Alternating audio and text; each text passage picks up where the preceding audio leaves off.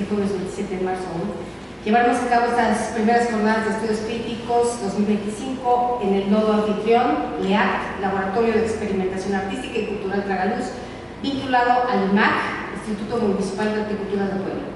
Los espacios de reflexión crítica nos permiten conjuntar a colegas sensibles, comprometidos con sus saberes y talentos para abonar al debate, en este caso sobre la subjetividad, que nos interpela en múltiples sentidos. Para esta ocasión se aborda el eje transversal subjetivo desde la óptica transdisciplinaria que urde los hilos discursivos del arte, la ciencia, literatura, filosofía, teatro, humanidades, articulados en el emprendimiento editorial Otras Letras. Así la espiritualidad, la producción de conocimiento, la ecuación filosófica, la ecología emocional, el bien vivir, la nutrición saludable, la educación para la vida, la creación de obra artística, más el capital simbólico del acontecer transubjetivo, conforman parte de los contenidos que generosamente nos comparten nuestros compañeros investigadores, los doctores Ricardo Agustín Serrano, doctora Guadalupe Ruiz Vivanco, maestro Edgar Medina Enríquez, doctor Alberto Isaac Herrera Martínez, doctor Ernesto Cortés García, maestro John Dixie y una servidora, doctora Elvira Ruiz Vivanco. Entonces vamos a comenzar con la doctora Lupita Ruiz Vivanco. Ella es profesora en medicina, doctora en ciencias biológicas por la Universidad Autónoma de Tlaxcala y es miembro del sistema de investigadores e investigadores del Estado de Puebla. Vamos a hablar sobre alimentación y subjetividad en la comunidad universitaria en estas primeras jornadas de estudios críticos. Esto es lo que vamos a revisar rápidamente. Como sabemos, el proceso de alimentarse es un acto biológico que es necesario para la supervivencia de cualquier ente viviente. La gestión de la ingesta implica una connotación que abarca, como sabemos, aspectos culturales y simbólicos. Existe la disciplina, la diversidad de enfoques y aproximaciones teóricas y metodológicas, desmontando supuestos e imágenes que la asimilan como posición epistemológica o a lo individual, cristalizándose en un campo problemático desde el cual es factible pensar y repensar la realidad social, justo lo que estamos haciendo ahorita. El bienestar económico, el desarrollo personal, la autoimagen y el desarrollo de actividades recreativas. En el presente trabajo se reflexiona sobre el reconocimiento de la subjetividad en la alimentación de los universitarios a partir de una revisión documental del tema. Se dice que la comida posee propiedades y significaciones diversas en función del contexto histórico y social. El proceso de socialización e interacción que se produce en torno a la alimentación es un aspecto cardinal, pues fortalece el lazo fraterno. Sabemos que cuando nos invitan a comer, el otro acepta o nos acepta en su círculo social, es decir, en ti me reconozco. Superando el nivel instintivo y fisiológico de satisfacción del hambre, constituyéndose así en un proceso socializador que supera la significación personal, de tal manera que el acto alimentario atienda a la interacción entre el comensal, el alimento y las circunstancias en el que se desarrolla ese proceso, en un marco de significaciones tanto subjetivas como una serie de reglas objetivas. En este sentido, Notario Pacheco subraya que la alimentación constituye simultáneamente un reflejo y producto de la estructura social en sus dimensiones más extensas e intrínsecas, pues de manera concurrente absorbe, proyecta una variedad considerable de fenómenos culturales que los propios individuos engendran, producen y reproducen en la cotidianidad. Para Ramos Gallardo, las prácticas en el acto alimentario son resultado del hábitus alimentario, el cual es concebido como el marco de referencia y predilección de las personas, mismas que definen el qué, cómo, cuándo y con quién desarrollan esas actividades alimentarias. De acuerdo con Bourdieu, el hábitus, como sistema de disposiciones adquiridas por medio del aprendizaje implícito o explícito, que funcionan como un sistema de esquemas generadores, genera estrategias que pueden estar objetivamente conformes con los intereses objetivos de sus autores, sin haber sido concebidas expresamente para ese fin. Así, la subjetividad encuentra más posibilidades de manifestarse a través de la narrativa, pues de acuerdo con Torres Carrillo, es la forma misma en la que los seres humanos experiencian el mundo, es decir, viven su realidad, pues la posibilidad de que las personas relaten sus versiones, sus valoraciones, emociones e incluso los imaginarios sobre una determinada temática o acontecimientos sobre sí mismos, brinda más posibilidades de captar la riqueza subjetiva presente en toda la experiencia humana, en este caso aportando elementos para un abordaje más holístico del proceso alimentario en las juventudes. A lo largo de este trabajo se identificaron precisamente los factores que influyen en la alimentación de la comunidad universitaria. Entre ellos se destacan en la categoría sociocultural, precisamente los factores socioculturales son los principales. En cuanto a los entornos alimentarios, es el mismo entorno alimentario, es decir, lo que está disponible, asequible y cercano es lo que determina la ingesta. Respecto a ritos de vida y costumbres, el factor principal es el tiempo, carecen de tiempo para alimentarse adecuadamente. En la categoría de emociones, estrés y salud, el factor principal es el estrés académico, que los orilla a elegir a veces opciones altamente calóricas o ricas en azúcares y grasa. En la categoría de vida social y universitaria, el factor principal es la economía, claro, compren lo que les alcanza. En la categoría crianza y autonomía alimentaria, lo es la historia familiar. Y en la categoría del autoconcepto y rituales alimentarios, está el autoconcepto que involucra obviamente la autoestima. Además se alude a lo que Díaz Méndez y Gómez Benito señalan como la concurrencia de los cambios sociales en el comportamiento alimentario asociados a la modernización de la sociedad, conformando una cultura alimentaria análoga a la construcción del mundo social moderno. En este sentido, se ha subrayado que la mediatización de los jóvenes, debido a la popularidad de los dispositivos digitales, que facilitan el desarrollo de diferentes escenarios comunicativos en los que concurren diferentes formas de comunicación, incidiendo en la construcción de las propias subjetividades juveniles actuales, pues el fenómeno de las redes sociales se da en todos los grupos, como bien sabemos, pero principalmente entre los más jóvenes. Así, millennials y centennials han generado la migración de la publicidad a estos entornos digitales, con ofertas, promociones, coleccionables, como vemos en la imagen, mercadeo experiencial y el llamado advergaming, es decir, la publicidad de los videojuegos, incluso en línea, donde les regalan, por ejemplo, skins de un cheto o skins de Takis, etc. Así como la contratación de influencers o artistas para la promoción de alimentos ultraprocesados. En esa imagen de arriba es un artista el que tiene la ropa de un cheto. Condiciones que obviamente van a influir en la elección alimentaria ulterior. Finalmente, pues la alimentación de los universitarios está influida por una diversidad de factores, tanto subjetivos como objetivos. Es necesario reconocerlos, analizarlos y discutirlos, pues determinan no solo la calidad de la alimentación, sino que pueden tener un impacto en su propio desempeño académico y en su estado de salud y nutrición.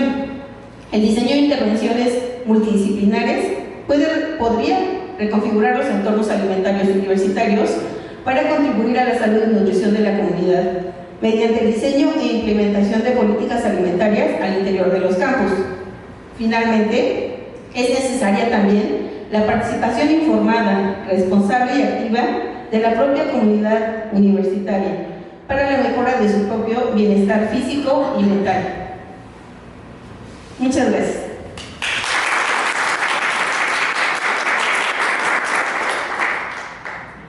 Agradecemos a la doctora Lupita. Vamos a continuar con el programa de las jornadas de estudios críticos y ahora el doctor Ricardo Martín Serrano, licenciado maestro, doctor y profesor de la Facultad de Ciencias Físico-Matemáticas de la Benemérita Universidad Autónoma de Puebla, miembro del Sistema Nacional de Investigadores Nivel 1, líneas de investigación en física de materiales. Sobre el trabajo, la subjetividad de la ciencia, un análisis crítico de la influencia en la construcción del conocimiento. En este trabajo se abordó cómo la subjetividad es un componente inevitable de la ciencia, influenciada por las experiencias personales, los valores culturales, las creencias y las perspectivas de los investigadores. Aunque la ciencia se ha caracterizado históricamente por su intento de alcanzar la objetividad y la neutralidad, Es evidente que las subjetividades no pueden eliminarse por completo de los procesos científicos. Sin embargo, a pesar de esta ineludible subjetividad, es posible adoptar enfoques y estrategias que permitan mitigar sus efectos y garantizar la integridad científica. A lo largo de este estudio se han identificado varios enfoques clave que ayudan a reducir la subjetividad de la ciencia. La revisión por pares, aunque no libre de sus propios sesgos, sigue siendo una herramienta esencial para garantizar la calidad y la veracidad de los estudios científicos. La replicación de estudios y la transparencia metodológica son prácticas fundamentales para comprobar la validez de los hallazgos y reducir las influencias subjetivas en la interpretación de los datos. Además, la promoción de la diversidad dentro de las comunidades científicas y el fomento de un pensamiento crítico en los investigadores pueden ayudar a cuestionar las suposiciones preconcebidas y abrir nuevas perspectivas sobre los problemas científicos. Bueno, sin embargo, a medida que avanzamos hacia el futuro, nuevas dimensiones subjetivas emergen debido a los avances tecnológicos.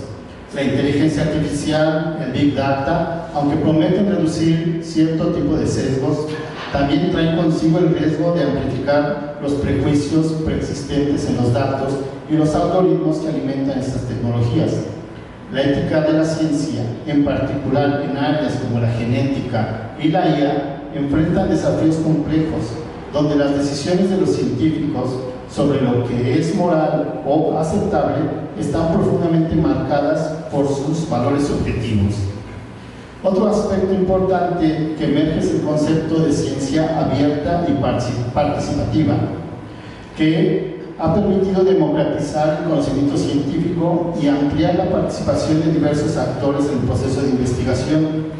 Estos enfoques buscan contrarrestar los sesgos subjetivos al involucrar diferentes voces y perspectivas en la creación de conocimiento, lo que potencia una mayor inclusividad y transparencia.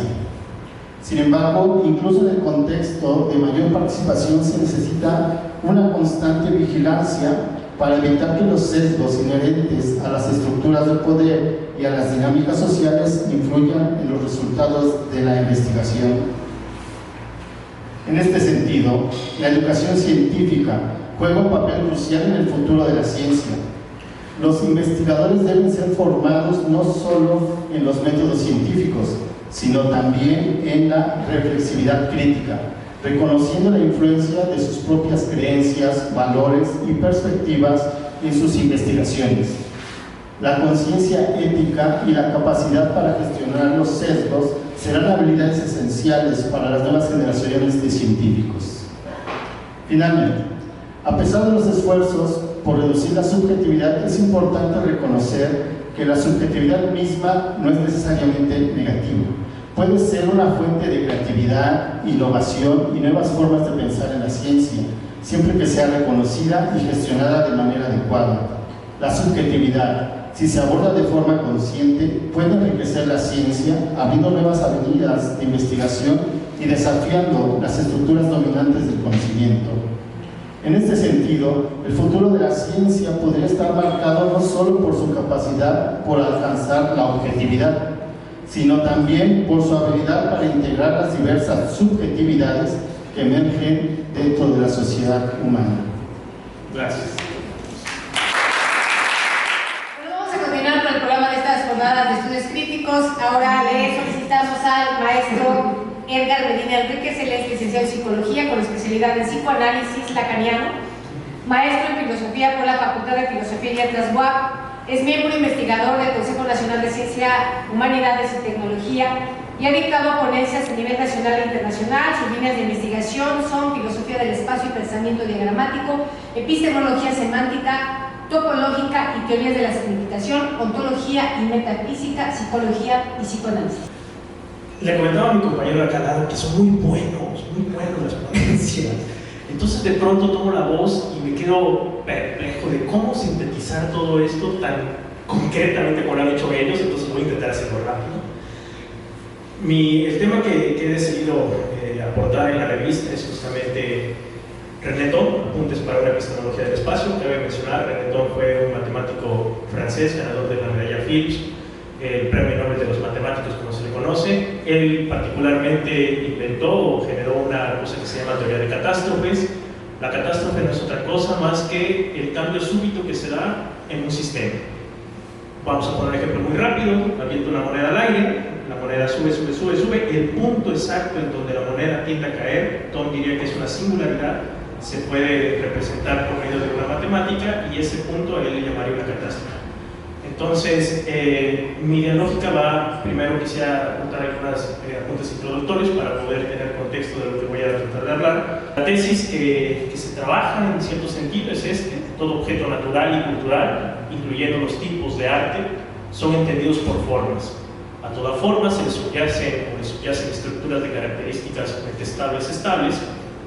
Dichas estructuras son posibles por una suerte de actividad natural que René Thom, como ya dije, matemático francés, conceptó como despliegue universal, o, utilizando el viejo vocablo helénico, logos. ¿Sí? Gracias.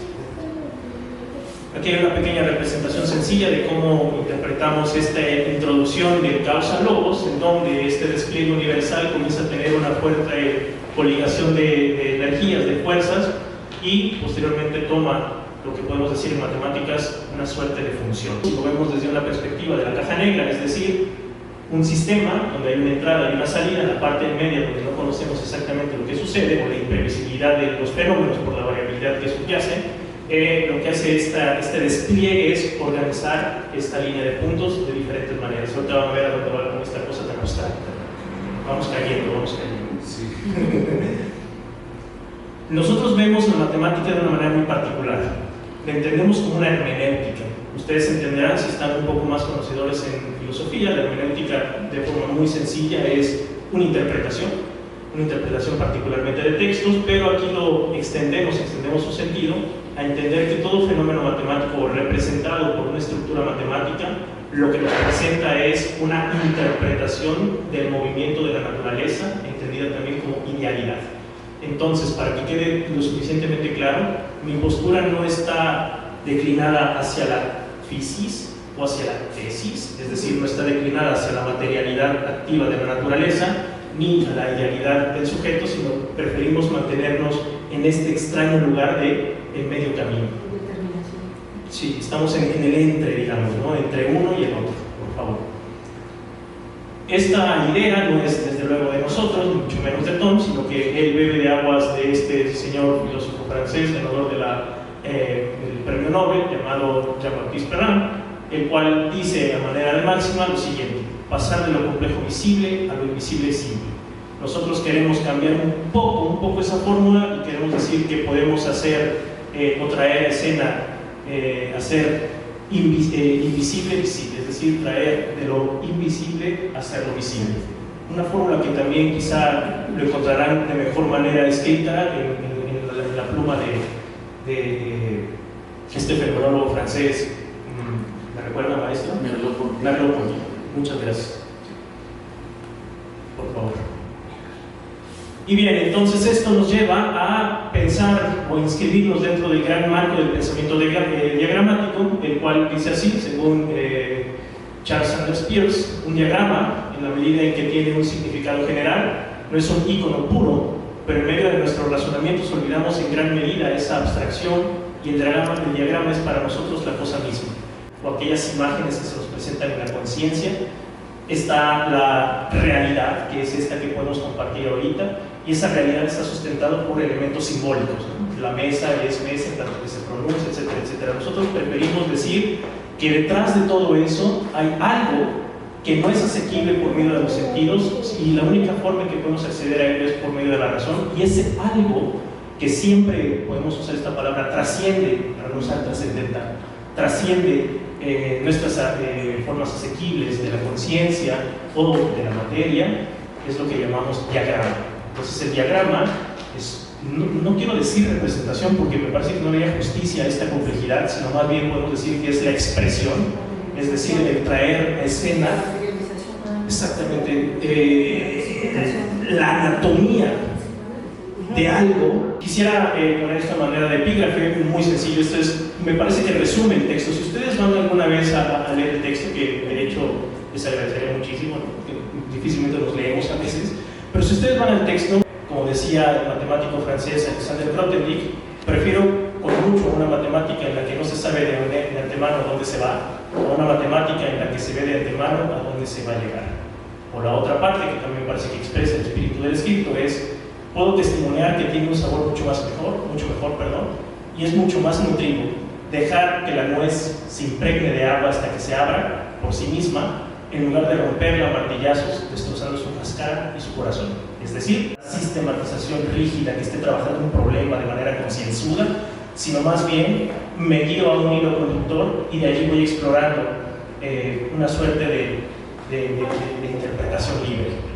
Lo que intento hacer es, de la mano de Tom, explorar una suerte de metodología de cómo se podría entender el arte. Es común escuchar en el terreno del arte decir a los artistas que la imagen se le apareció y no que él o ella la buscó.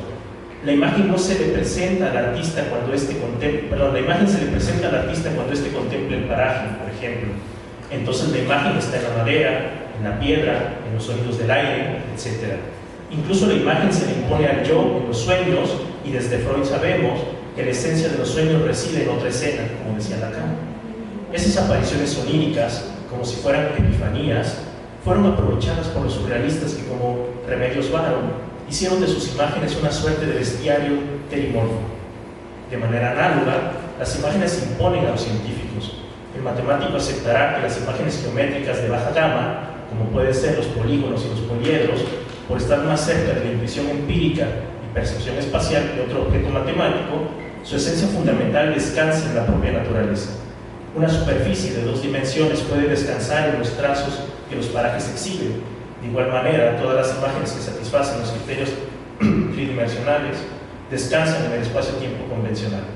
Pero quizá más sorprendente que los ejemplos anteriores serían las estructuras topológicas de baja dimensión, 3 o 4 dimensiones, aunadas o no, las cuales, como decía Boyle, resultan ser más intratables que las de rangos superiores. Sospechamos que el grado de intratabilidad de dichas imágenes, en detrimento de aquellas de mayor rango, se debe a que las propias resisten de las fuerzas intrínsecas.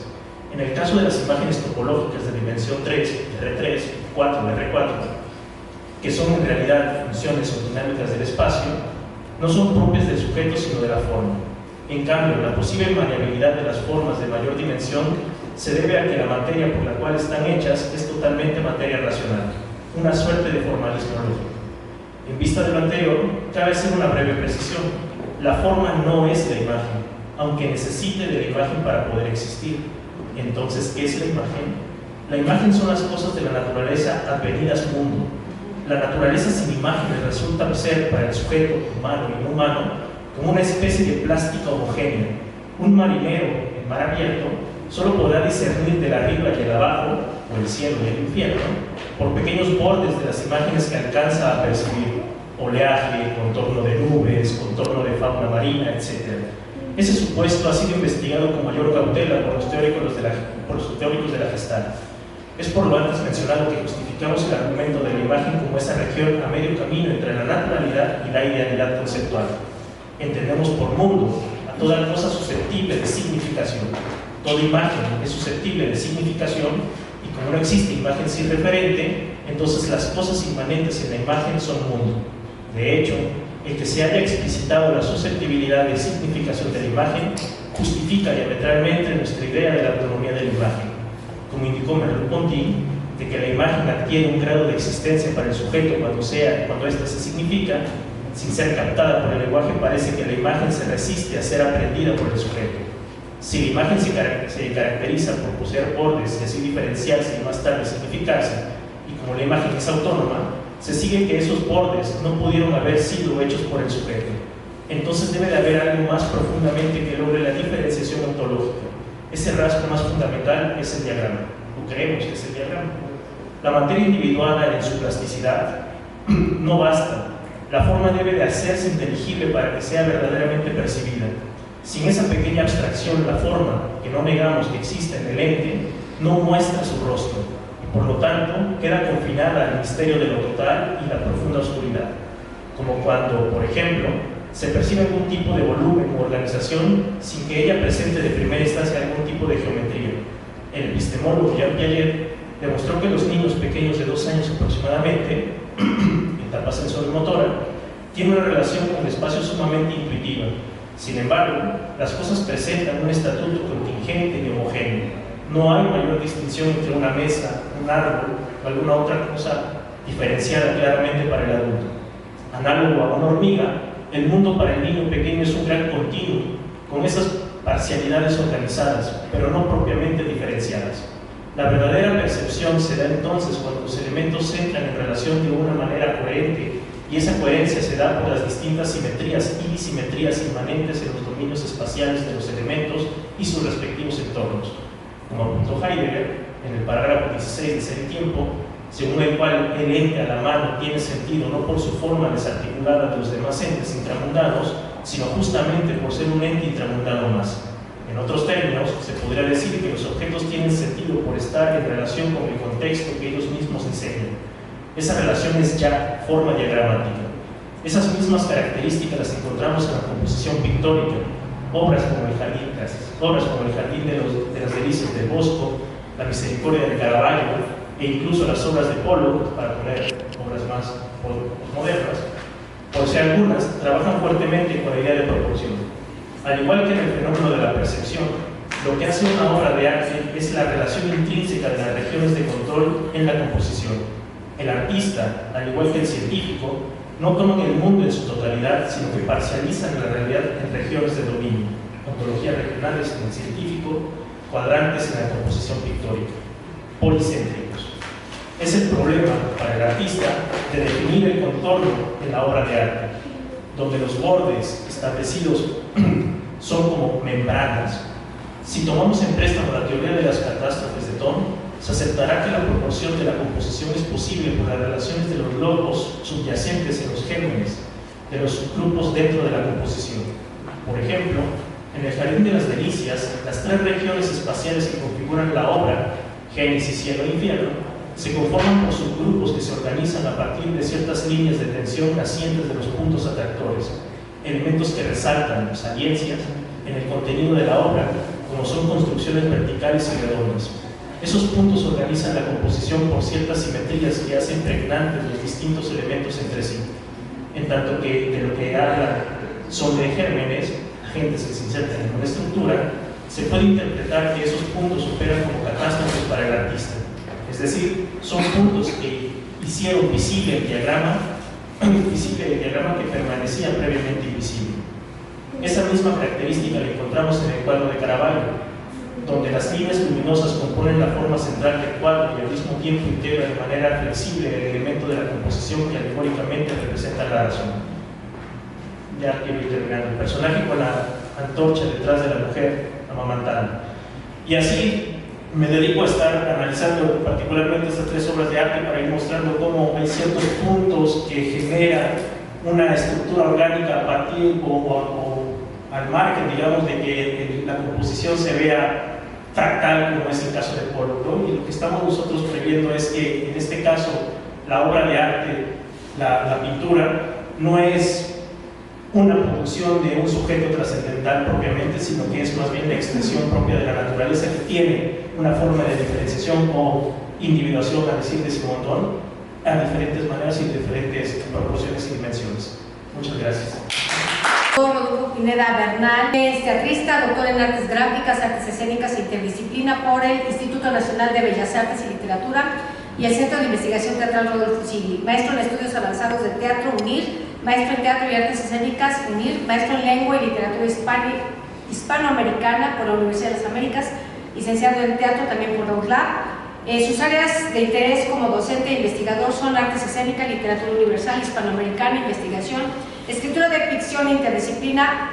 Ha dictado ponencias en el Centro Nacional de las Artes en México, en la Universidad de Navarra, Pamplona, en la Universidad Nacional Autónoma de México y en la Benemérita Universidad Autónoma de Puebla. El título de su artículo es La subjetividad en el arte y las artes escénicas, un enfoque interdisciplinario. Y bueno, vamos a dar lectura al resumen de las palabras clave. En este artículo examino la subjetividad de la creación en el ámbito del arte y en particular en el contexto de las artes escénicas a través de una perspectiva interdisciplinaria. Me interesa visibilizar las relaciones teóricas entre la estética y algunas teorías de filósofos como Giorgio Agamben, Walter Benjamin y Gilles Deleuze. La subjetividad en el arte como en las artes escénicas se relaciona siempre con el contexto histórico, social y político de cada época y territorialidad. El valor estético de cualquier creación en las artes escénicas no se limita únicamente a lo sensorial, sino que también invita a la reflexión sobre el autor y el proceso de creación. La subjetividad del artista, como de la recepción de su obra, juega un papel fundamental. Sus palabras claves son subjetividad, arte, artes escénicas, procesos de creación y recepción e interdisciplina. Y bueno, para continuar con estas jornadas de estudios críticos, vamos a presentar al doctor Alberto Isaac Herrera Martínez. Él es profesor e investigador de la Facultad de Filosofía y Letras y la Facultad de Ciencias Químicas de la Benemérita Universidad Autónoma de Puebla. Colabora en la Escuela de Formación Docente y Desarrollo Académico de la Vicerrectoría de Docencia en el programa de Estudios Universitarios de la Vicerrectoría de Extensión y Difusión de la Cultura UAP. Es miembro de la Fundación Atenea C, ejerce psicoanálisis. Sus líneas de investigación en congresos y publicaciones son filosofía de la religión, de la historia y de la educación, antropología filosófica y psicoanálisis y filosofía de la química y la bioética. Gracias. Buenas tardes a todas, a todos. Primero quiero agradecer la invitación que me hizo la doctora Elvira para el proyecto de la publicación y también para estar acá con ustedes. Bueno, ahí ustedes pueden ver el título del trabajo con el que pues respondí a esta invitación, la subjetividad desde la reflexión filosófica sobre la religión. Tengo como tres primeras ideas, ¿no? Que aclaran, ¿no? Por ejemplo, en la filosofía, lo que he podido ver es que de las muchas áreas que trabaja, está el área de la filosofía de la religión. Y en la filosofía de la religión se puede hablar de ella como en este sentido muy universal, ¿no? Hay teóricos de la filosofía de la religión que tratan sobre los mitos orientales, los mitos occidentales. Hay una filosofía de la religión que se piensa más como en función de la historia de la filosofía de Occidente. Y entonces examinan los mitos clásicos, ¿no? Los filosóficos, hasta, bueno, por supuesto, la Edad Media, el cristianismo, etc. Y hay una filosofía de la religión un poco más vinculada a la vivencia específica del cristianismo, que es en donde yo pude desarrollar una investigación previa a este tema, ¿no? Entonces, primero creo que eso es importante para dimensionar a qué me refiero con el campo de la filosofía de la religión. Parto de Paul Ricoeur, que pues, seguiría esta idea de que se puede hacer una reflexión filosófica sobre los contenidos propios de la experiencia religiosa del cristianismo.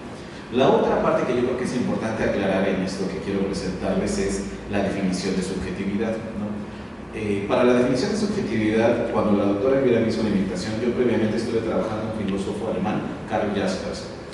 Y ahí podríamos decir que para Jaspers la subjetividad es el darse cuenta de la existencia. Ahora, esa definición aparentemente sencilla abarca muchas cosas complejas.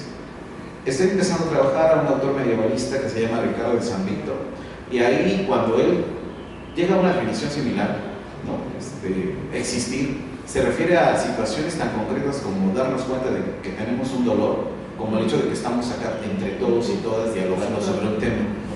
O sea, existir es mundo, es Dios, es el dolor físico, existir es el caminar, existir es el no recordar las ideas principales de lo que tengo que decir. Eso es la existencia, ¿no? Ahora, esa sería como la segunda aclaración. La tercera es que se habla mucho en la filosofía actual de una crítica al concepto de subjetividad moderna. ¿En qué radica esa crítica?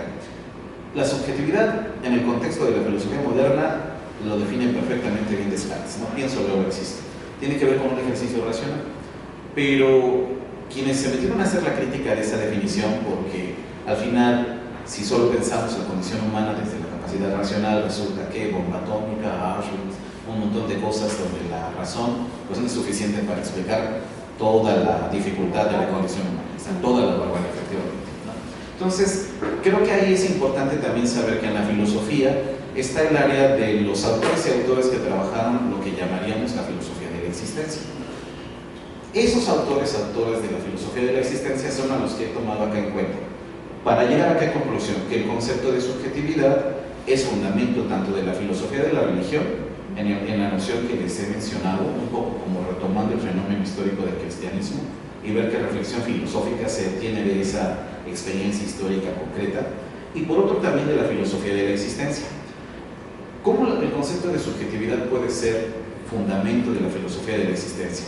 Aquí yo hago una distinción importante entre los que acaban por simplificar a la filosofía, porque la ven solo como pues esa crítica a los sistemas, esto de volver al pasado, eso de denunciar la falta de valores, cuando en la realidad, en el sentido del estudio de la filosofía, pues acaba siendo algo todavía un poquito más complejo, ¿no? Entonces, quienes hicieron una crítica al mundo moderno también fueron estos filósofos existencialistas, ¿no? Como también en la tradición francesa les llamaron, donde el problema era todavía mucho más grande que llegar a una época de crisis, vivir una era sin valores, ¿no? Es, en pocas palabras, el llegar a este punto de nuestra condición y no saber quiénes somos, ¿no? Y no saber quiénes somos. Esa es la cosa tan sorprendente, porque no sabemos quiénes somos y la subjetividad es tan impresionante que cuando escuchamos la trayectoria académica de las personas que estamos acá hablando, que hicimos aquello, que hicimos lo otro, que fuimos aquello, eso es la subjetividad, ¿no? ¿Cómo puede la subjetividad lograr tanto, no? Sí, por supuesto, lograr el estado de ánimo, un doctorado en física, por supuesto, ¿no? Hacer arte, teatro, eso es la subjetividad, ¿no? Para Jaspers, el modo como en algún momento de nuestra vida nos percatamos de la existencia es a partir de lo que este filósofo llama situaciones límite, ¿no? Es decir, ante la culpa, ante el sufrimiento y cuando en algún momento nos damos cuenta de que somos seres finitos, ¿no? Eso es una cuestión también bastante interesante, ¿no? Nos damos cuenta que somos seres finitos cuando se nos hizo tarde, porque ya el momento empezaba y resulta que no, la culpa que porque no lo expuse bien, en fin. Sí, o sea, eso me llama mucho la atención, ¿no? O sea, la subjetividad acaba haciendo lo que nos expone al mundo y al mismo tiempo lo que nos da ese espacio íntimo para decir, bueno, no lo hice tan mal, ¿no?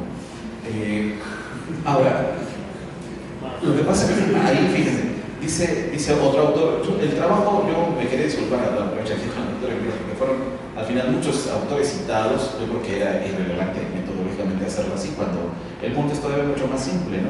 Pero bueno, otro autor, Erich Fromm habla de que en el mundo actual esto de la subjetividad tiene que ver con el hecho de que, además de no darnos cuenta de que no sabemos quiénes somos, eso nos pone mal, ¿no? Nos hace no solo sentirnos culpables que llegamos tarde a un evento, sino que nos empezamos como que a castigar, ¿no? Y entonces es un poco como el drama propio del mundo cotidiano, donde a diario no sabemos muy bien qué hacer, a quién acudir. Y lo crítico de esto, lo triste, es que, dice Fromm, desafortunadamente esto desencadena todo tipo de, no solo malestares en la cultura, como bien lo dijo Freud, sino también pues como que uno no anda bien por el mundo, ¿no? Andamos como con una subjetividad escindida, quebrada, lastimada, herida, etc. Bueno, un poquito de eso es lo de Fromm.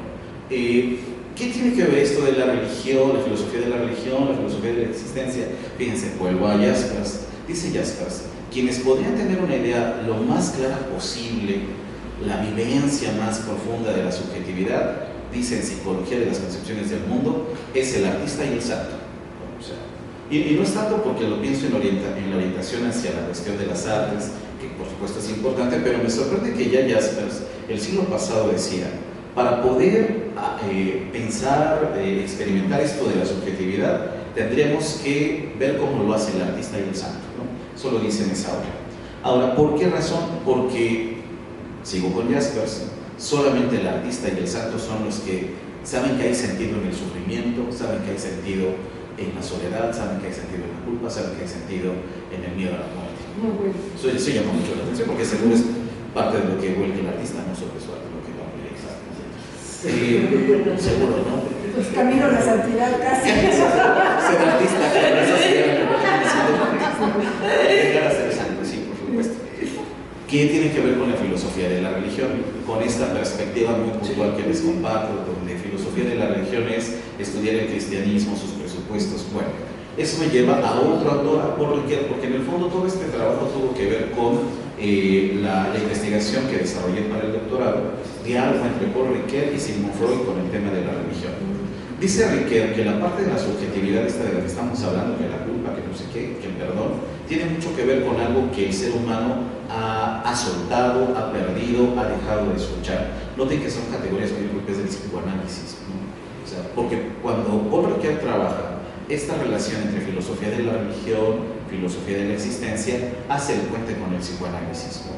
Y dice, es que nuestra subjetividad que está en ese estado de que ya les decía yo de Erich Fromm, ¿no? Todos seguidos, todos confundidos y demás, tiene que ver con la pérdida de algo que nos es fundamental. Y para Paul Ricoeur eso que nos es fundamental es un encuentro, una relación, una vinculación con lo sagrado, ¿no?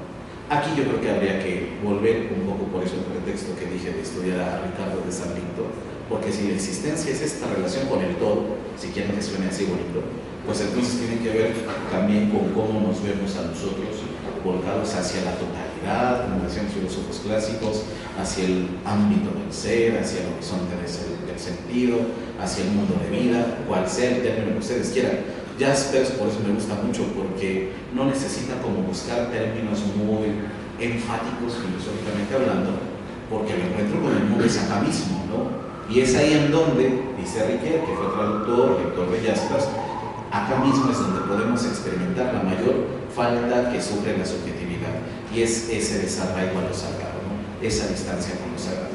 Entonces, bueno, un poquito el trabajo tiene que ver con esta propuesta de investigación más que nada, porque bueno, realmente no propongo nada más que vincular la idea, ¿no? Vincular a la idea de que ¿cómo podríamos hacer que la subjetividad pueda también definirse por nosotros mismos como el darnos cuenta de la existencia? ¿Cómo lo podríamos lograr? Bueno, sabiendo que esta recuperación de las experiencias trascendentes se dan cuando nos adherimos, nos vinculamos a lo que, lo diré con estos términos de la fenomenología, tomamos conciencia del porvenir, ¿no? O sea, y ahí es donde yo me hago las preguntas que le quiero hacer acá a la doctora Elvira, ¿no? Si el arte realmente tiene como esta posibilidad suya de mostrarnos el porvenir con todos sus desafíos, con toda su grandeza, con todos sus debates, con todo lo que sea, porque un poco eso es la idea de Ricoeur, que la religión sí puede, que la religión nos da, digamos, la cura a esta subjetividad sufriente de la época en la que estamos, tiene que ver con darnos cuenta de que en el porvenir vamos a salir adelante. Bueno, 2 segunditos. Quisiera nada más citar a 2 autores, a la gran dramaturga Elena Garro, con su novela Los recuerdos del porvenir, y ahí se podría contestar, y a este psicoanalista importantísimo, pionero del psicoanálisis en México, el doctor Néstor Brownstein, con su propuesta de la memoria de la inventora. Entonces, estos intervalos que se abren dan posibilidad desde lo genuino de la ficción, por ejemplo, y que puede ser más verdad que lo que convenimos como lo verdadero. Sí, totalmente. Yo creo que Ricoeur, tiempo y narración va justo también en esa idea, ¿no? Aunque él lo ve, y es donde yo lo puedo ver claramente, a lo mejor no en la pintura, en la música, pero sí en la literatura. En la literatura es clarísimo que, claro que se nos mostró el porvenir en 1984, ¿no? Claro que se nos mostró el porvenir en la novela de la Granja, claro que se nos mostró el porvenir en Hamilton, ¿no? O sea, sí, la fuerza de la literatura es eso, es volcar toda la subjetividad ambiental, en cuestión de salud, en cuestión de dinero, lo que sea, el mañana qué, ¿no? Y un poquito sucede cuando en la terapia, en el psicoanálisis, se da este encuentro entre el analista y el sujeto de análisis, que gran parte de sus preocupaciones dicen existenciales, porque siempre es algo más grande, ¿no? Tiene que ver con no saber qué hacer el día de mañana. Entonces, un poquito esa es la intención del trabajo, ¿no? Hay categorías interesantes o no a este tema que nos convocó la doctora Elvira, que es bastante interesante, ¿no? La noción de subjetividad. Muchas gracias. Doctor Ernesto Cortés García, profesor investigador en estancias postdoctorales México 2022-2026 por el Consejo Nacional de Humanidades, Ciencia y Tecnología en el Centro de Investigaciones Interdisciplinarias sobre Desarrollo Regional de la Universidad Autónoma de Tlaxcala, doctor en Economía Política de Desarrollo, UAP, artista plástico y gestor cultural cultural, entre otros cargos, ha sido director del OPD, Museos Puebla, subdirector de Desarrollo Artístico y Cultural del IMAC, director de Difusión Cultural del UTLAC, profesor de tiempo parcial de UTLAC, Ibero, Puebla, UNARTE, Universidad de Anáhuac, Puebla y Cancún. Adelante, doctor. Así es, y arte economista. Querido arte economista, claro que Es sí. bien interesante, ¿no? Desde esto que nos convoca la producción de la subjetividad, pues ver todos los pliegues y cómo se despliegan entre lo que puede converger entre intereses de distintas disciplinas, ¿no? Con las cuales uno se puede identificar plenamente, ¿no? Ya sea como estas inquietudes epistemológicas que llegan a surgir desde la ciencia, ¿no? ¿Qué es lo que propiamente hace repensar con un pensar científico o simplemente una perspectiva ideológica, ¿no? A donde se permea la ciencia de esto mismo, la creación artística o la investigación en sí, ¿no? Ya sea desde en qué papel queda la filosofía en relación con la ciencia, ¿no? O desde estos aspectos puramente nutricionales, ¿no? Tanto para el cuerpo como para el alma, ¿no? Para el espíritu. Entonces, que nos hace pensar realmente a seres humanos sumamente complejos, ¿no? Y ya empezamos a ver o a trazar ese diagrama, ¿no? Entre todo lo que se va exponiendo el día de hoy.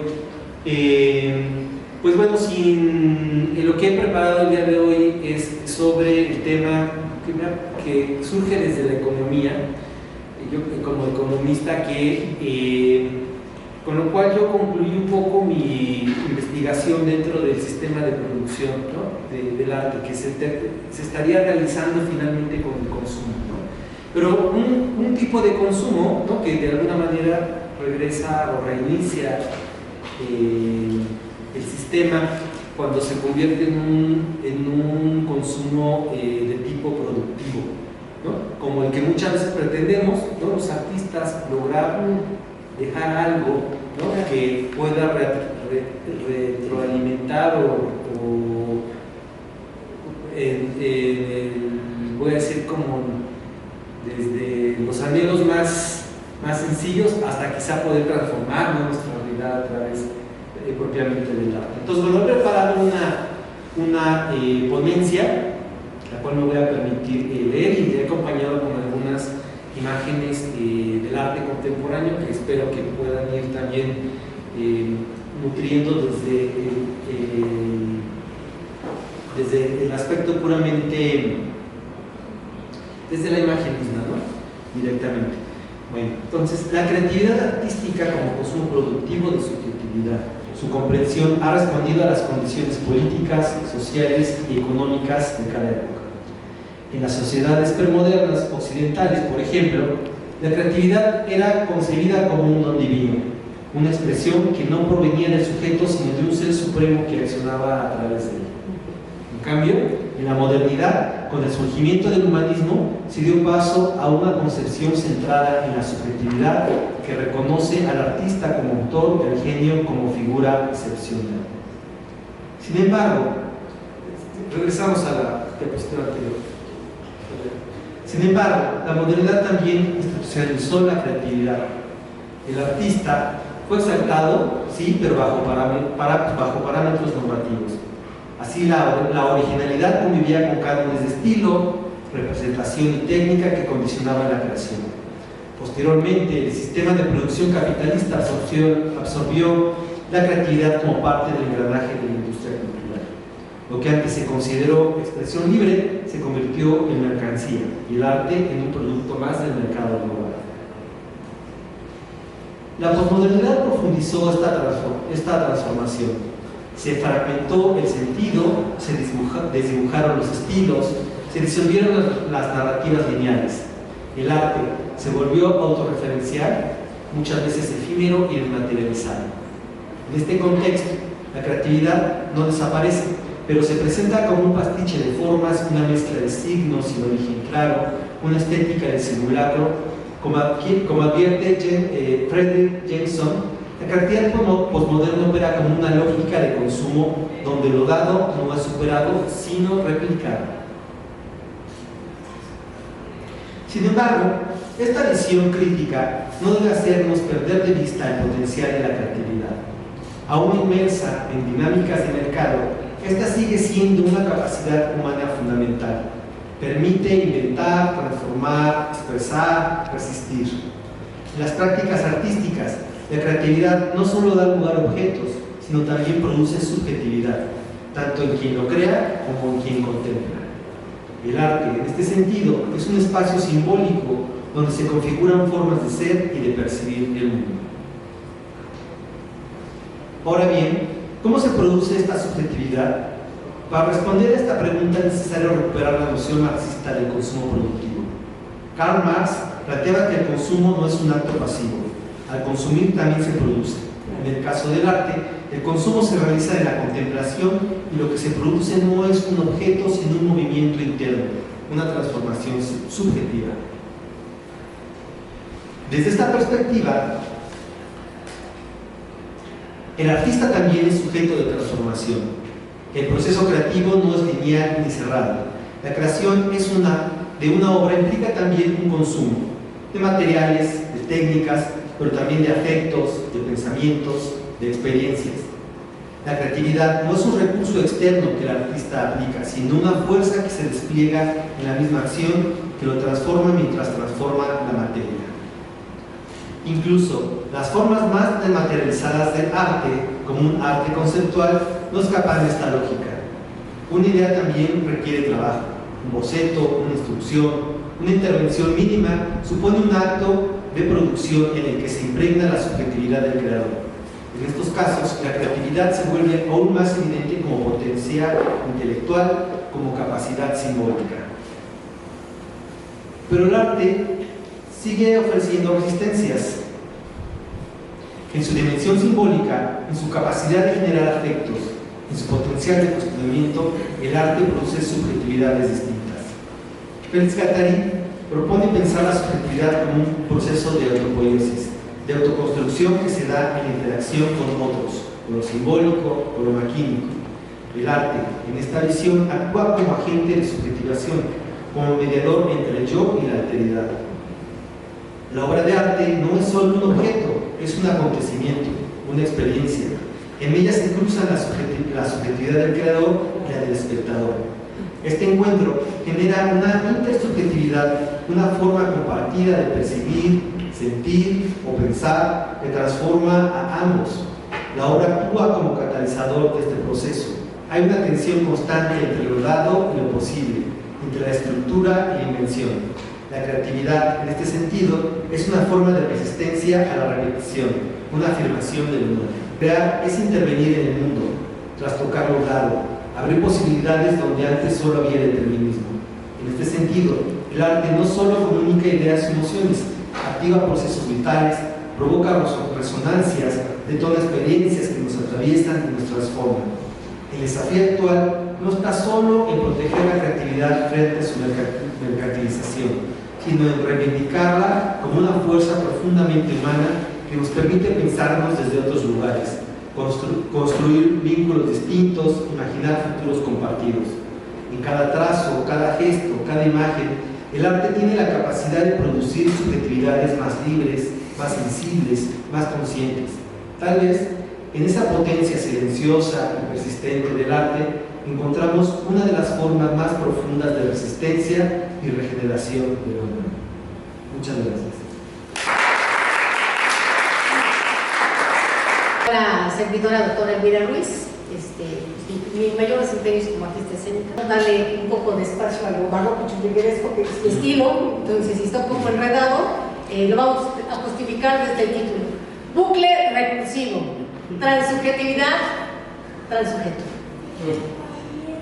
Pues vamos a intentar entramar el lazo recursivo que enhebra la subjetividad y a guisa de bordeo, desde la ontología bardiana agujerada, vamos a tratar de dar cuenta del sujeto ético en tanto acontecimiento transperformático y que dé pie al transujeto y el transperformer, a fin de revelar la aletheia o veritas veritatis, lo verdadero y la posverdad, y a consecuencia de esa verdad, ¿qué pasa? Con la corporalidad dispuesta para accionar y reaccionar congruentemente y entonces detonar la subjetividad creativa.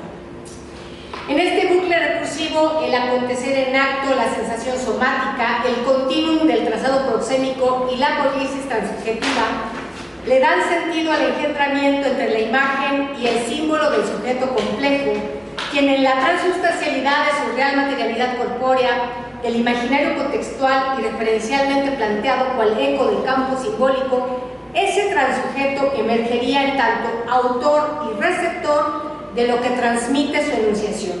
En esta composibilidad de liminalidades interdisciplinares y transdisciplinarias confluyen mediaciones, lenguajes, propuestas, indagaciones, metodologías, estéticas, géneros, tratamientos y lo que surja. Así, en tal acontecimiento, la verdad del real del cuerpo transperformado funge en tanto vehículo expresivo, ético, político y poético, capaz de transmutar crítica y materialmente el estado de cosas previo acontecimiento del transujeto. Aquí se hace necesaria la inserción de una episteme compleja para contener y explicar la emergencia de los transujetos, convergiendo para este cometido un principio de realidad previamente planteado, así como el coto discursivo desde el que confluyen los transujetos, transperformers con la otra edad. Praxis sociales, lenguajes en acción y cambios culturales.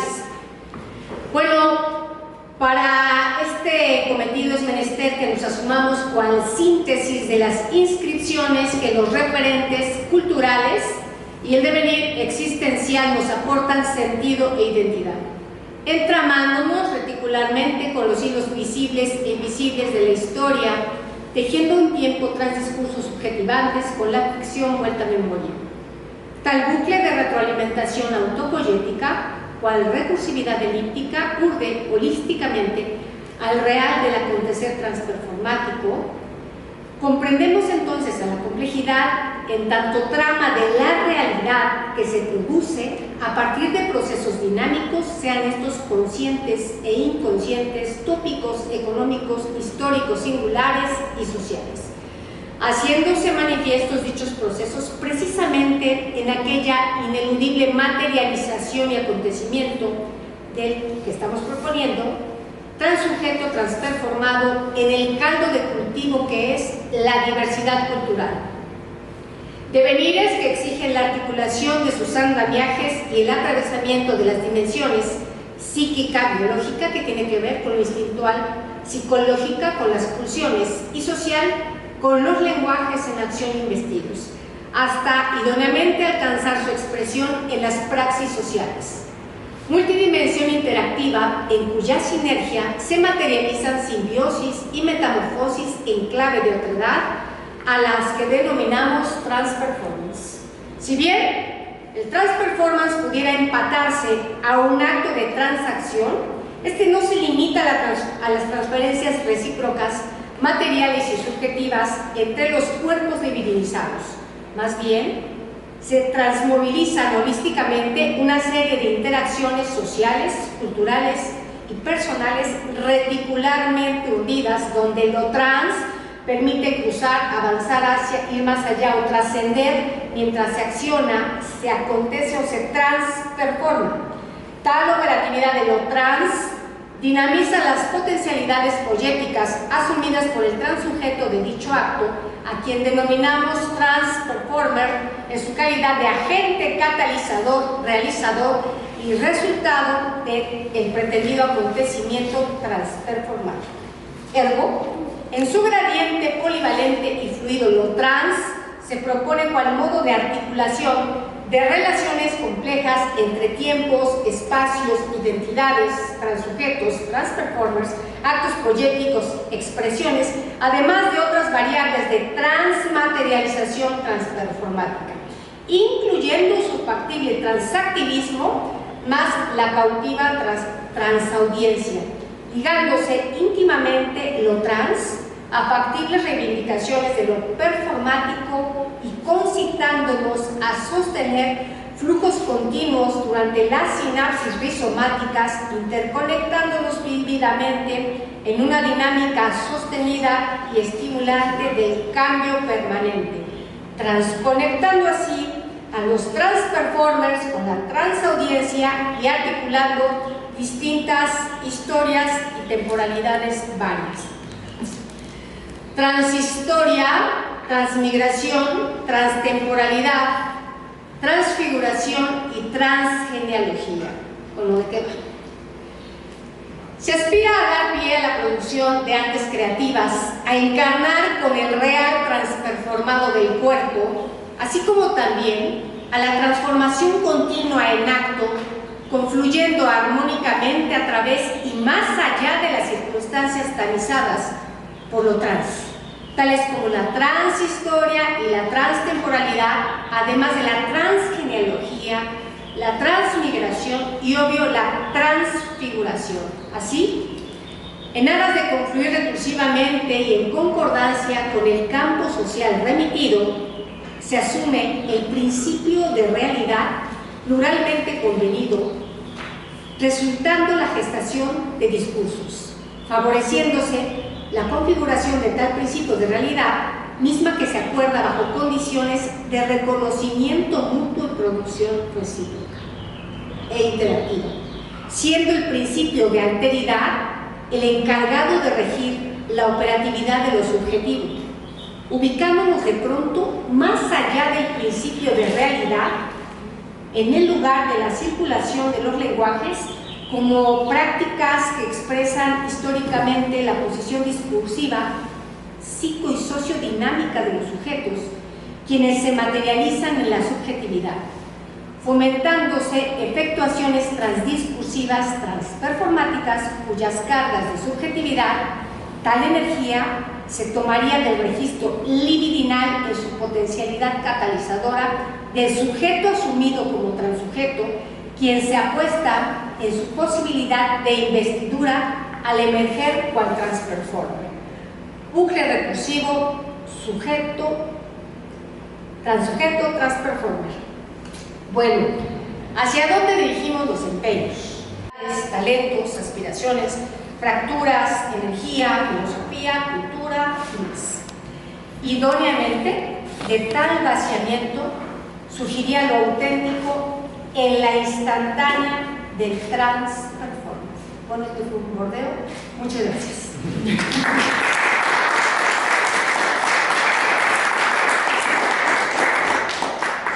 Bueno, ya para cerrar, vamos a pedirle al maestro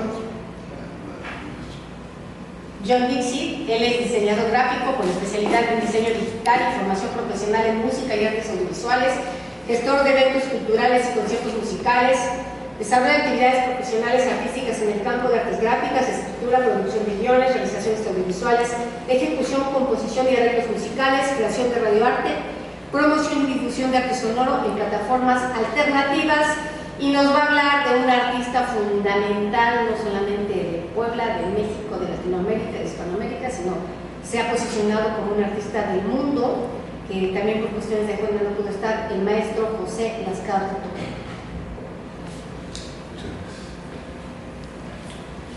Pues muchas gracias. A mí me tocó esta parte amable. De hecho, voy a hacer una pequeña corrección. Yo no voy a hablar del maestro. Las palabras que yo pueda tener del maestro no serían suficientes para hablar de una persona tan grandiosa como ser humano, pero también tan talentosa. Entonces, no vamos a develar todas las obras que el maestro nos ha facilitado para esta edición de otras letras, que engalanan las páginas de otras letras, pero más bien en la entrevista me gustaría que escucharan de propia voz del maestro quién es él y cómo se definen 4 momentos que creo que son claros de la persona y del artista. Me llamo José Lascano Toquero y soy esposo de Olga Quiroz Cobos. Y la menciono porque ella ha sido para mí la persona más relevante en mi vida y por supuesto en mi trayectoria. Nos conocimos hace 60 años más o menos y desde entonces hemos sido pareja y compañeros de vivencias y aconteceres, lo mismo agradables que trágicos. Sin ella mi camino estaría incompleto. Son solo unos momentos que nos comparte con lo que habla el maestro. Y habla de alguien, creo yo, en tanto su persona como su descripción de sí mismo, de alguien que siempre prioriza la otredad, lo que está afuera. Porque el siguiente momento que me gustaría compartir con ustedes es esta parte que lo define como docente, pero también habla del mismo rasgo de humildad que es admirable. Actualmente puedo enumerar algunos hechos y acontecimientos que aportaron en mi formación como artista. Estoy seguro, por ejemplo, que al haber sido maestro de artes plásticas desde los años 60 del siglo XX, pues comencé a dar clases hace 63 años ininterrumpidamente en universidades, institutos e instituciones en México y en Puebla, ha sido una actividad muy importante en mi desarrollo artístico. Porque cuando enseñas también aprendes, te conviertes en un ser analítico que puede ayudar a resolver los problemas de tus estudiantes. Pero a la vez estás obteniendo respuestas que anteriormente ni siquiera te habías planteado.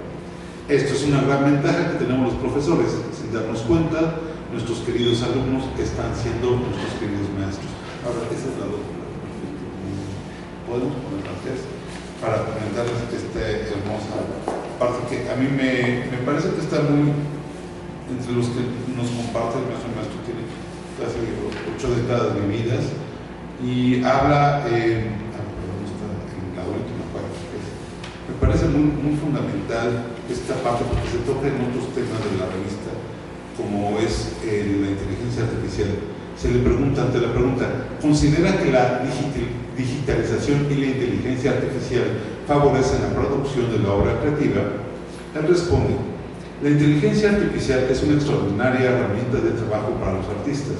No olvidemos que siempre detrás de cada decisión y solución a un problema existe alguien de carne y hueso que maneja y aprieta los botones para su uso adecuado. Nunca antes la humanidad había tenido este maravilloso recurso tan cerca. Pienso que su aprovechamiento efectivamente va a favorecer la creatividad. Es como bajarse de un caballo para subirse en una Lamborghini. La producción artística actual, la contemporánea y la que vendrá en un futuro inmediato, tiene a su disposición la más extraordinaria y maravillosa oportunidad de proponer y descubrir los nuevos universos tan distantes como cercanos que nos depara el destino.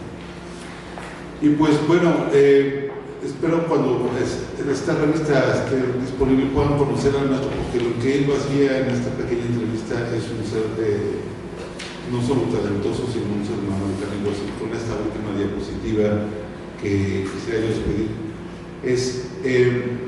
se le pregunta qué más nos gustaría compartir con esto, cierra el maestro. Como persona de edad avanzada les puedo decir que no soy viejo, solo me llegó la tarde. Ese es el maestro.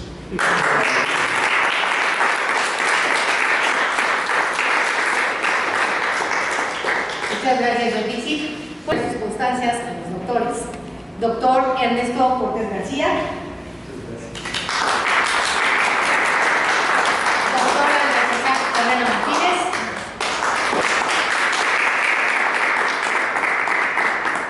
Doctor Ricardo Agustín Serrano.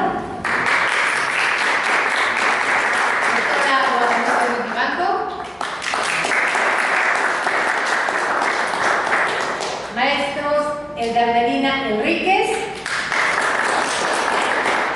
y maestro Félix.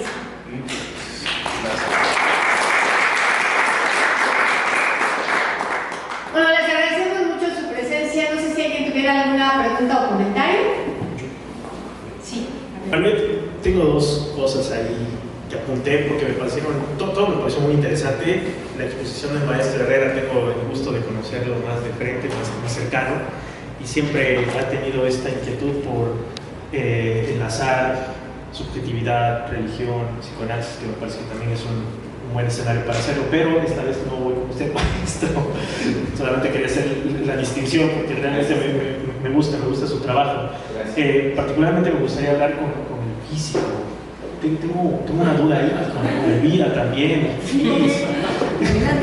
Pues es que no puedo dejar pasar cuando introduce la subjetividad de la ciencia me parece muy honesto, muy honesto. Uno de los mayores problemas epistemológicos es justamente si aquello que los científicos, digamos, acusan por medio de los conceptos le hace justicia, por ponerlo en términos aristotélicos, a la esencia de la cosa, ¿no? Pero si es así, es decir, si la subjetividad tiene esta relevancia que cree usted, digo este énfasis, que no me gustaría decir que es apabullante, pero sí la sobresaltó, me hizo pensar en este consenso de Copenhague, ¿no?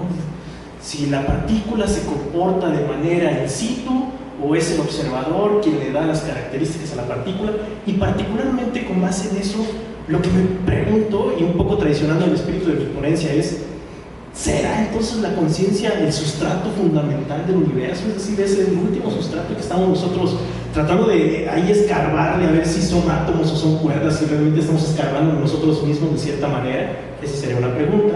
Y la otra para Elvira: tu ponencia es así, todo un bucle, pero aparte me tocabas todas mis malditas neuronas. Y aparte me seducías en mis neuronas y mis neuronas decías, sí, estoy muy feliz aquí. La cosa es que uno de los grandes problemas que se nos presenta en biología, por ejemplo, es cómo demonios se diferencia un órgano. Eso es un rollote, ¿no? O sea, tenemos la organogénesis y sí, tenemos ahí el momento clivágico y va la mitosis y todo este rollo y muy bien los estratos y shalala, pero los problemas que nos enfrentamos son dos, particularmente. Uno es ¿por qué la cabeza no tiene las patas? O sea, porque hay una suerte de determinismo no rígido. Y la otra es, ¿cómo es que mi corazón no es mi páncreas? ¿No? En ese sentido, yo te preguntaría, ¿cómo delimitan los umbrales en este concepto que acabas de mencionar? Es decir, hablamos de límites, hablamos de umbrales, o estamos hablando de una ontología plana que vale igual yo que la persona que está enfrente, que seguramente también hay relaciones, pero si algo nos ha enseñado también la historia de la humanidad es que entre más queremos hablar de igualdades, pues más brotan las diferencias y de una manera feroz, ¿no? Entonces, a mí me gustaría como que ahondaras un poquito más si es posible. Muchas gracias. Bueno, muchas gracias por la pregunta. Bueno, de entrada, los científicos somos seres humanos. ¿Quién hace la ciencia? Los humanos. Entonces es imposible estar alejados de esa parte subjetiva, ¿no? Del entorno en el que nos desarrollamos, ya lo dijo Juan. La parte social también, ¿cómo se llama? Es algo que afecta la investigación, ¿no? Los paradigmas que estén en la época nos afectan en que estemos nosotros investigando. La otra, sobre la conciencia, pues siendo más materialista dialéctico, pues nosotros somos la parte consciente de la materia. Así. Con eso creo que estaría contestada tu pregunta sobre la conciencia. Nosotros somos la parte consciente de la materia, ¿no? Entonces nos estamos estudiando a nosotros mismos, ¿no? La parte más evolucionada. Pues, gracias. No sé si con eso he respondido a la pregunta. Me salen otras cosas, pero está bien. Bueno, lo vemos en los chiles en nogada y en el mole poblano. Entonces, esta materialización gastronómica es, digamos, tangible y degustable. No nacemos con un cuerpo, sino producimos un cuerpo. Entonces, esta cosa real que nace, que hay que producir, que hay que subjetivar, me ha costado mucho trabajo transmitirle esto a la gente de artes escénicas que particularmente trabaja lo más inmediato es el cuerpo. Entonces, el concepto de transperformance, rastreándolo, que hasta el momento en que lo comencé a desarrollar, no había teorización. Sin embargo, es un concepto, ahorita se me acaba de ir el añito con un lapsus, está el inconsciente jugándose, pero Jimmy Page, de Led Zeppelin, ¿no? De guitarrista, le llama transperformance a una opción de una guitarra, de cómo te acomodas el talí y dónde la puedes, a qué altura, y bueno, los músicos no me dejan mentir, esto tiene otra incidencia en cómo resuena el material de la guitarra. Y esta transperformatividad implica cómo el objeto guitarra va a afectar al cuerpo y viceversa. Entonces, llegué a la raíz de quién había generado el audio de Transperformance, porque en realidad en mi page, cuando le dicen, tú eres uno de los mejores guitarristas del mundo, entonces necesitamos que tú seas la imagen, y entonces hace el performance, y dice, entonces que yo me transformo, y entonces ahí surge este concepto compuesto que es el Transperformance. La parte de la que tú mencionas, que es la liminalidad de este concepto membrana, ahí es donde estoy usando lo que tiene que ver con teoría de la subjetividad, particularmente psicoanálisis, y desde la filosofía, el concepto de acontecimiento, de Alain Badiou, también me permitía tratar de explicar algo que las personas que somos performers nos es como muy familiar, pero de pronto no lo podemos decir. Entonces el ejemplo que yo siempre ponía son las cajas de sorpresas, que de pronto surge el muñeco, la sorpresa y algo genera. Esta instantánea, este instante que es como la producción del inconsciente, los productos del inconsciente, el concepto de acontecimiento vinculado con el transperformance o la transperformatividad y estas liminalidades de diversas disciplinas, encontraba que la recursividad, a manera de banda de Mobius, me permitía como explicar por qué es común estando siendo. O sea, no es que ya eres el personaje, ya eres artista, sino que te tienes que producir. Y en este instante, solamente es ese instante, particularmente las artes vivas que ahora se les denomina, esta instantánea es la que es difícil de producir y capturar. Entonces, demandé de muchas disciplinas para lograr esta transdisciplinariedad, y lo que tiene que ver con la parte social es fundamental, porque si no impacta en lo social, entonces no hay transdisciplina. Y todos estos ejes epistémicos eran para que primero yo me tratara de dar un andamiaje y explicarme eso que es muy claro cuando lo hago, pero no lo podía decir, no lo podía explicar. Entonces, apenas estoy llegando al momento de empezar como a aterrizarlo, todavía está como muy en la nube de conceptos, para, ahora que tú hablabas del diagrama, lograr hacer el diagrama y entonces que esto se aterrice y que sea didáctico. O a ver, ¿cómo puedo explicarle esto si en algún momento inclusive trabajé baby ballet con los bebés, ¿no? El gatear y no sé qué? ¿Cómo pudiera hacer esto que lo pudiera explicar desde los baby ballet, o sea, desde los bebés hasta los postdoctores? Entonces, este proceso en el que estoy, un work in progress, la episteme que me permitió englobarlo fue la teoría de la complejidad. Porque entonces ahí entraba todo. Ya, que bueno, redes, bucles, caldeles, todo eso que nosotros lo atravesamos con el cuerpo, pero que hay estos tiempos de los que hablaba Lacan, ¿no? A veces uno tarda en bastante tiempo en poderlo poner en palabras y luego poder ponerlo por escrito y luego que eso más o menos me dio sentido. Bueno, ya, bastante. Gracias.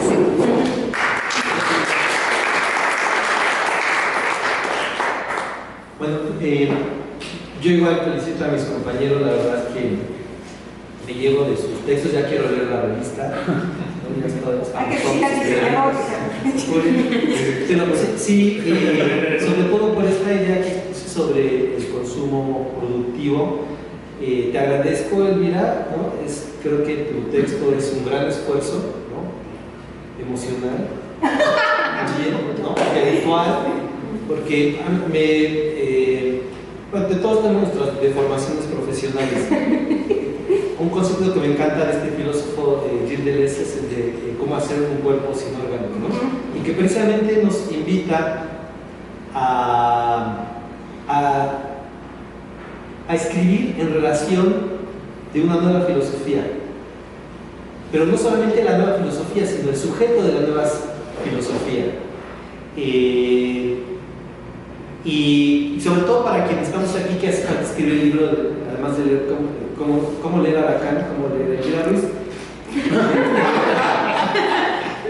Pero sí creo que la invitación un poco a quienes lo escuchamos, ¿no? Lo que nos provocaba, de alguna manera yo lo conecté con mi texto, o sea, estaba pensando, bueno, ¿cómo interpreto? Bueno, desde mi texto, ¿no?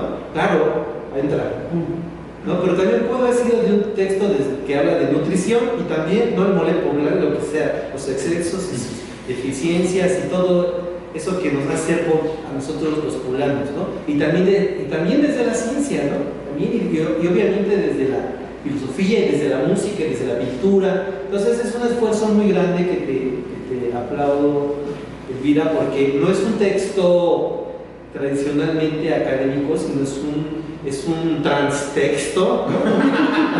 Una transponencia, ¿no? que nos presenta una transponente. Entonces, bueno, te lo aplaudo mucho. Además de todo este esfuerzo de convocarnos, de reunirnos, y seguramente de aquí saldrá alguna producción de subjetividad y de nuevas ideas. Felicidades. Gracias.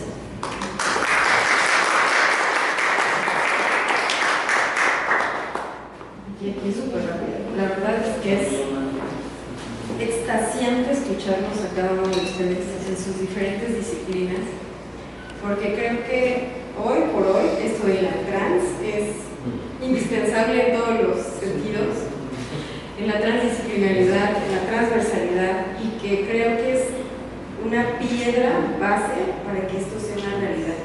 Se hablaron desde diferentes disciplinas, de diferentes temas, pero que es la base para que esto el día de mañana revolucione, ¿no? Con cada uno de sus escritos. Gracias, porque es un acto en contra de lo que trae la cultura. Es un acto valiente, ¿no? Se me fue la palabra. Disidente. Exacto. Entonces, la verdad es que venir a escucharlos cuando vienes de tu vida normal, ¿no? Día a día, y de repente detenerte a pensar en cómo está la alimentación, el arte, la ciencia, esta mirada antropocentrista o adultocentrista, etc.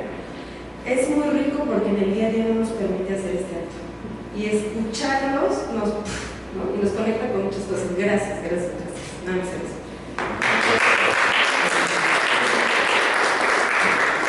No sé si alguien más tenga alguna pregunta o comentario. Sí, Edwin.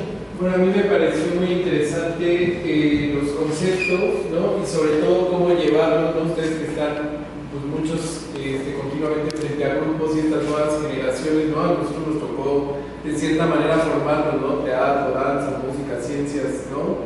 Pero ahorita que el panorama de las nuevas generaciones es tan complejo y diverso, ¿no? Creo que es fundamental que nosotros tengamos esa apertura, ¿no? Recíproca con ellos, ¿no? Lo veo desde el principio de la alimentación, me parece fundamental, ¿no? Ahorita que vemos a estas nuevas generaciones y nos vemos reflejados, ¿no? Que se alimentan de pura maruchan, ¿no? La regulación, ¿no? No tangible, ¿no? Esto que veíamos de las citas sobre lo simple e invisible, ¿no? Ahora dices, pues es muy fácil, estoy comiendo, sí, pero ¿qué te estás comiendo, ¿no? Entonces, desde ahí hasta estos conceptos tan abstractos, creo que es muy interesante, ¿no? Y más bien mi pregunta es para quien la quiera responder, ¿cómo es ese reto, ¿no? De estar frente a un grupo de universitarios, pienso de cualquier licenciatura, ¿no? De primer, segundo semestre, entre locales y foráneos, entre mexicanos y extranjeros, ¿no? ¿Cómo se sienten ustedes, ¿no? Porque esa es como la gran pregunta. Hola, pues muy buena pregunta. ¿Cómo se siente retador? Definitivamente. Porque ciertamente no son iguales a otras generaciones, incluso trabajando ya pues varios años con jóvenes. Yo entré a dar clases a la UAP desde 2010, pero antes di en la Universidad Autónoma de Tlaxcala 2 años, y comparando los tiempos, definitivamente los chicos ahora son diferentes. El uso de las redes sociales, a lo que aludía en el texto, el hecho de que ya no tomen apuntes, a mí no me cabe en la cabeza cómo no pueden escribir, ¿no? O sea, ¿a poco tendrán tanta retentiva? ¿O cómo le hacen? O definitivamente hacen uso de esas nuevas tecnologías, ¿no? En las que meten el artículo y le dicen, pues resúmelo en 10 puntos o hazme una presentación, ¿no? Etcétera. Entonces, pero me sigue causando, no sé, incertidumbre, duda, y yo siempre les comento, ¿cómo es posible que no escriban? O sea, por lo menos una nota, ¿no? Para que te acuerdes de qué se habló, a lo mejor. Y en ese sentido, pues puedo entender, pues a los de hace más tiempo, ¿no? Y los nuevos, ¿no? En cierta medida. Tengo, en ese sentido, como estoy en el Inter, pues sé los términos con los que hablan, a qué se refieren, ¿no? Cuando dicen, pues vamos a funar a alguien, o ya me baneó, y cosas por el estilo, entiendo a qué se refieren, todavía, ¿no? Pero sí es complejo y es importante, creo, estarse actualizando, estar utilizando nuevas técnicas, nuevas estrategias para poder captar su atención. En ese sentido, por ejemplo, pues he intentado prepararme y, por ejemplo, hace poco hicimos un codiseño también interdisciplinario precisamente de un plan de clase utilizando la IA, y se publicó ese trabajo de codiseño interdisciplinario, pues porque es lo que necesitamos, ¿no? Para estas nuevas generaciones. Gracias. Y las clases de TikTok e Instagram.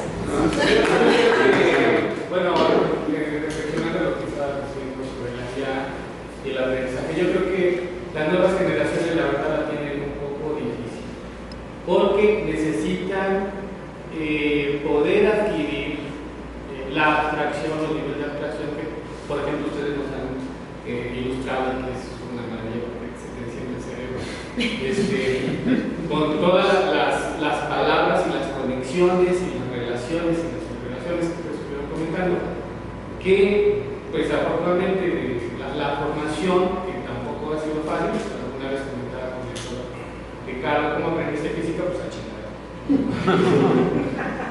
Y sí, o sea, es un trabajo, y eso, en mi opinión, es que ese trabajo no lo va a resolver la IA. La IA es una herramienta, pero el trabajo de pensar, de reflexionar, de cuestionarse, de sentirse, de percibirse, sigue siendo el mismo trabajo. Entonces, ahora yo veo más importante, por ejemplo, que un estudiante no solamente trabaje en su área, sino que se involucre en el arte, porque el arte te abre panoramas que con las herramientas que uno tiene, dice, bueno, ¿qué pasa si yo empiezo a ver todo de modo trans? ¿No?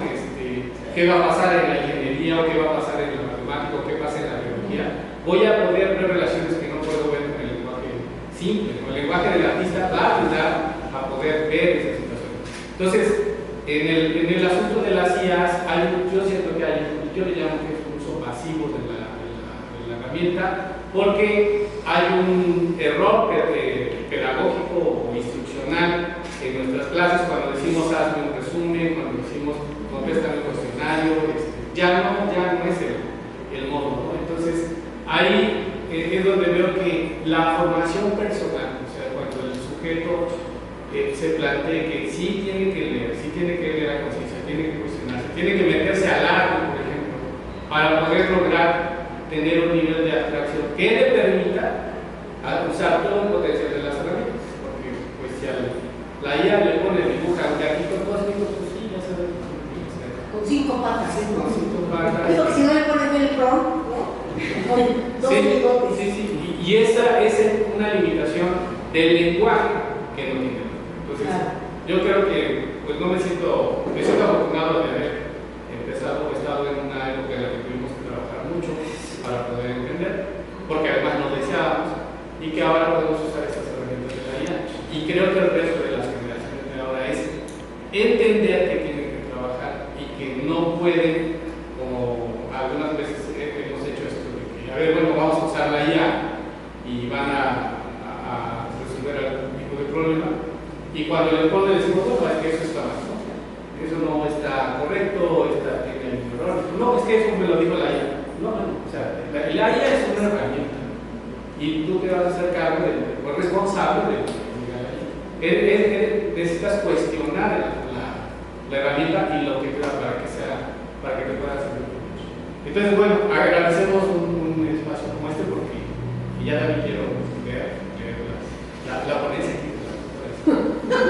Básicamente, antes de las buenas noches, pues sí.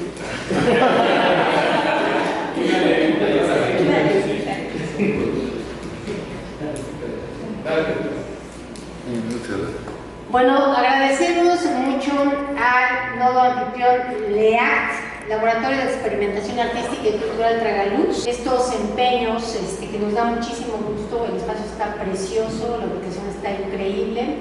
Entonces, hoy abierta para las próximas jornadas y también para los que quieran escribir en este proyecto que es Otras Letras. Muchas gracias, muy buenas noches.